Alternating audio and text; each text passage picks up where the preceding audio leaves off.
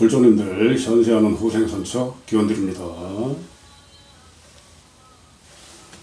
오늘은 우리 법화 경전을 통해 가지고 아미타 부처님과 우리 석가모니 부처님의 족보를 한번 파헤쳐보는 시간을 가져볼게요. 자, 거성이 한국 일련종종 불교회를 통해 가지고 법화경을 처음 접했던 시기가 바로 10살 때예요. 그리고 이때 당시에 교재로 했던 그 문헌이 법연, 일반적으로 연화지라고 이렇게 이제 표현을 했는데 16살 때까지 제가 이 문헌을 참고로 해가지고 법화경을 공부를 했어요. 이의 내용은요, 법화 삼부경에다가 그 다음에 팔만대장경의 요지, 또 니찌렌 대선사의 어서해설이 주안을 이뤘어요. 그리고 이 법화 경문, 법화 삼부경을 전권으로 처음 접했던 시기는요, 안진호 대선사 1957년판, 제가 13살 되던 시기에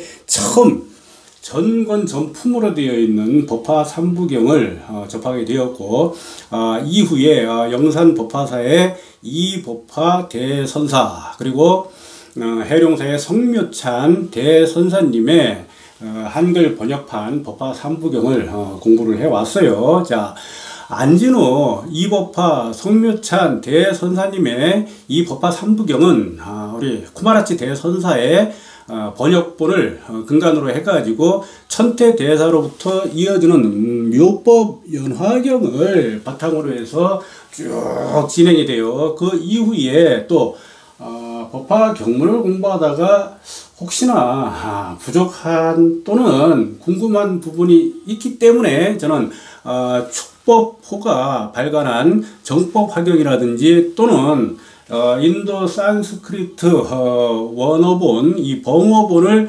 2012년 이후에 우인이라는 대법사님께서 한글로 번역해 놓으신 그 경문이 있어요. 그걸 교본으로 해가지고 여지껏 이렇게 실행을 해 왔어요. 그리고 이 무수히 많은 법화 삼부경을 제가 섭렵을 하면서 느낀 부분은요, 내용이라는 부분에서는 대동소이하다.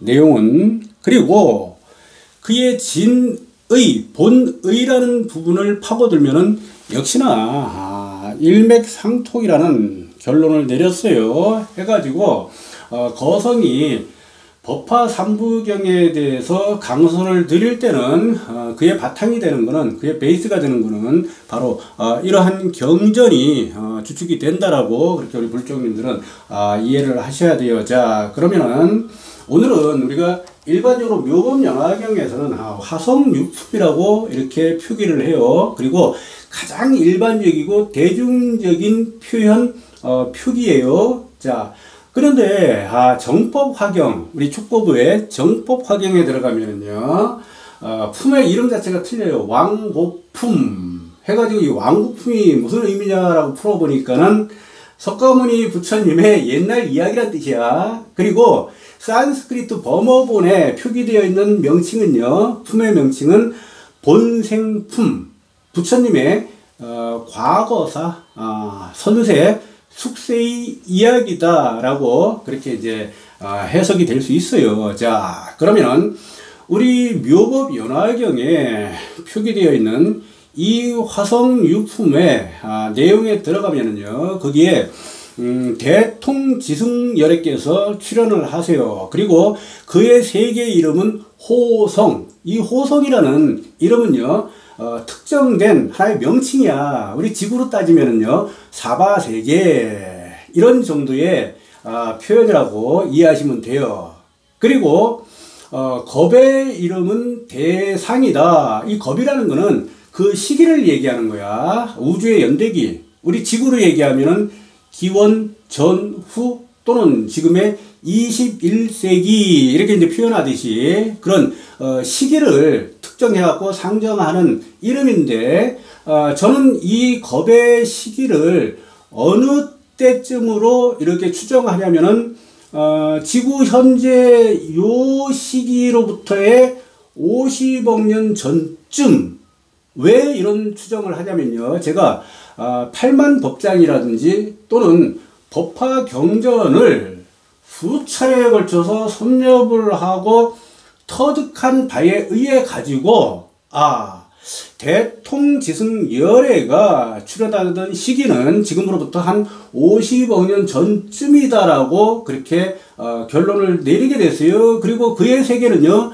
우리 같은 인간의 세계가 아니고 범천의 세계야. 제가 십법계의 세계에 대해서 우리 불종님들에게 강연을 드린 적이 있어요. 우리 인간 세계는 우리들이 살고 있는 현실의 세계이기 때문에 인지가 돼요. 그러나 우리 인간의 세계보다 향상이 되고 발전이 되어 있는 그런 상승의 세계는 세 가지 정도로 압축을 해가지고 표기를 하는데, 하나는 범천, 반천, 상천의 세계. 그 중에 대통지승불의 출현 시기는 바로 범천의 시대다. 자, 대통지승열에 출현하였던 이 범천의 세계의 정치체계는 왕정체계예요. 그런데 완벽하게 절대 군주를 채택한 게 아니고 지역의 권리를 이렇게 분배했던 그러한 입헌군주제의 형태였다라고 거성은 판단을 하고요.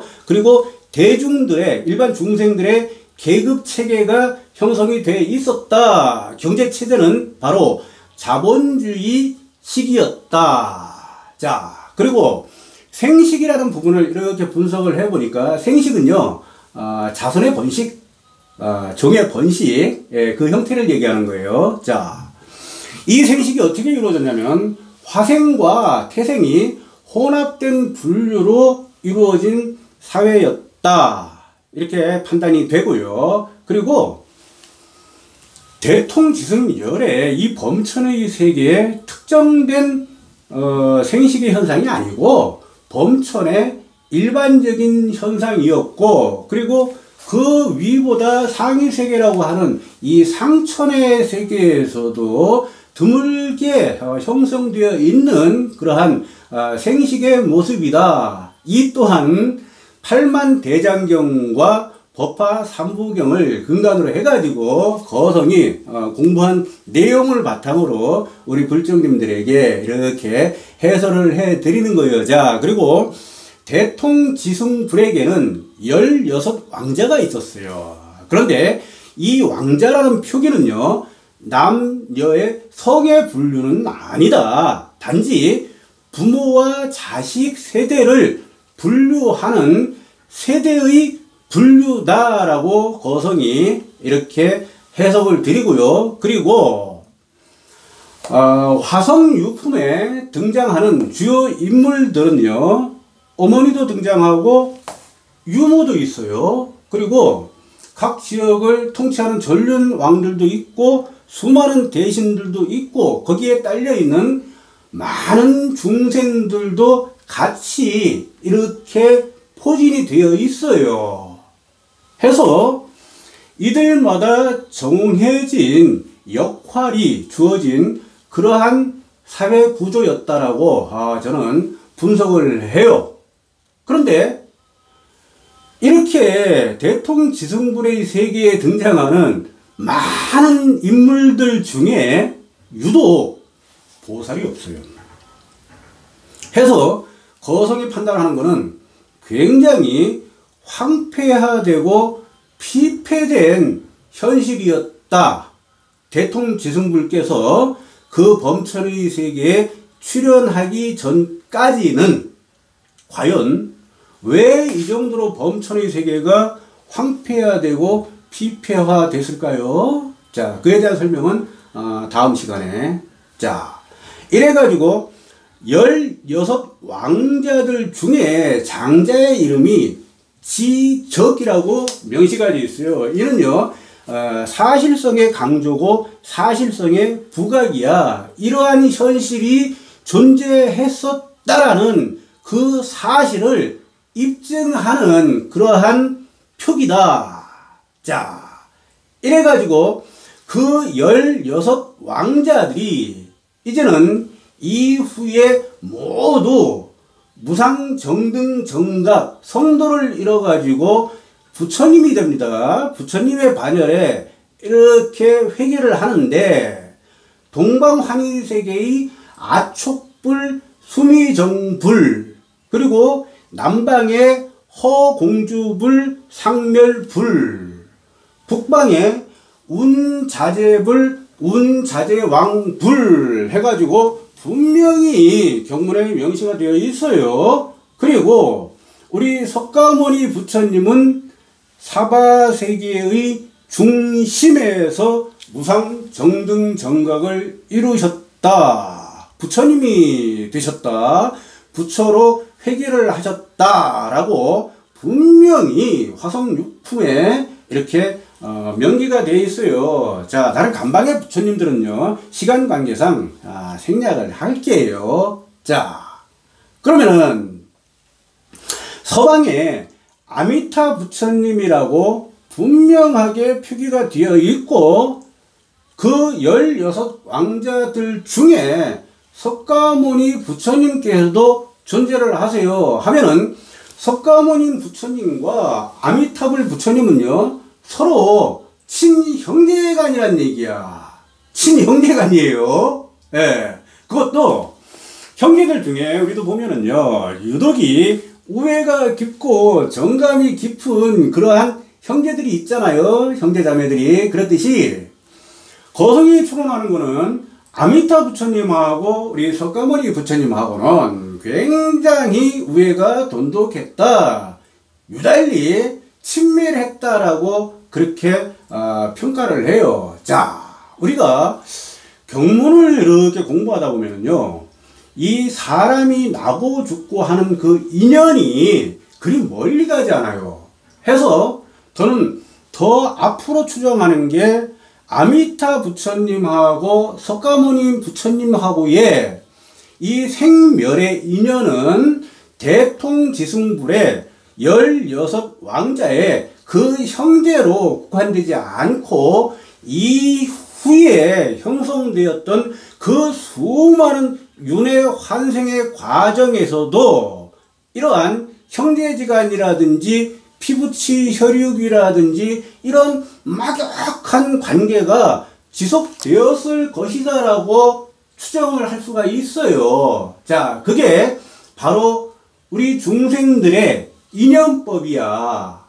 그러다 보니까는 우리 석가모니 부처님은 유독 중생들에게 방편에 그 실상을 거론하실 때 극락세계를 많이 언급을 하세요. 그리고 그 극락세계를 관장하시는 분이 우리 아미타 부처님이세요. 자, 어떤 면에서는 아미타 부처님이 좀 귀찮을 수도 있어요. 왜? 자, 오탁악스라고 이렇게 치부되는 이 사바세계의 중생들이 아미타 부처님만 연호하고 그렇게 추앙해가지고 극락세계로 간단 말이야. 그러면은 어찌 됐든지 간에 아미타 부처님을 연보를 해가지고 극락세계에 오는 중생들은 아미타 부처님이 됐든지 관세음보살님이 됐든지 대세지 보살님이 됐든지 다 치닥거리 해야 되잖아요. 예.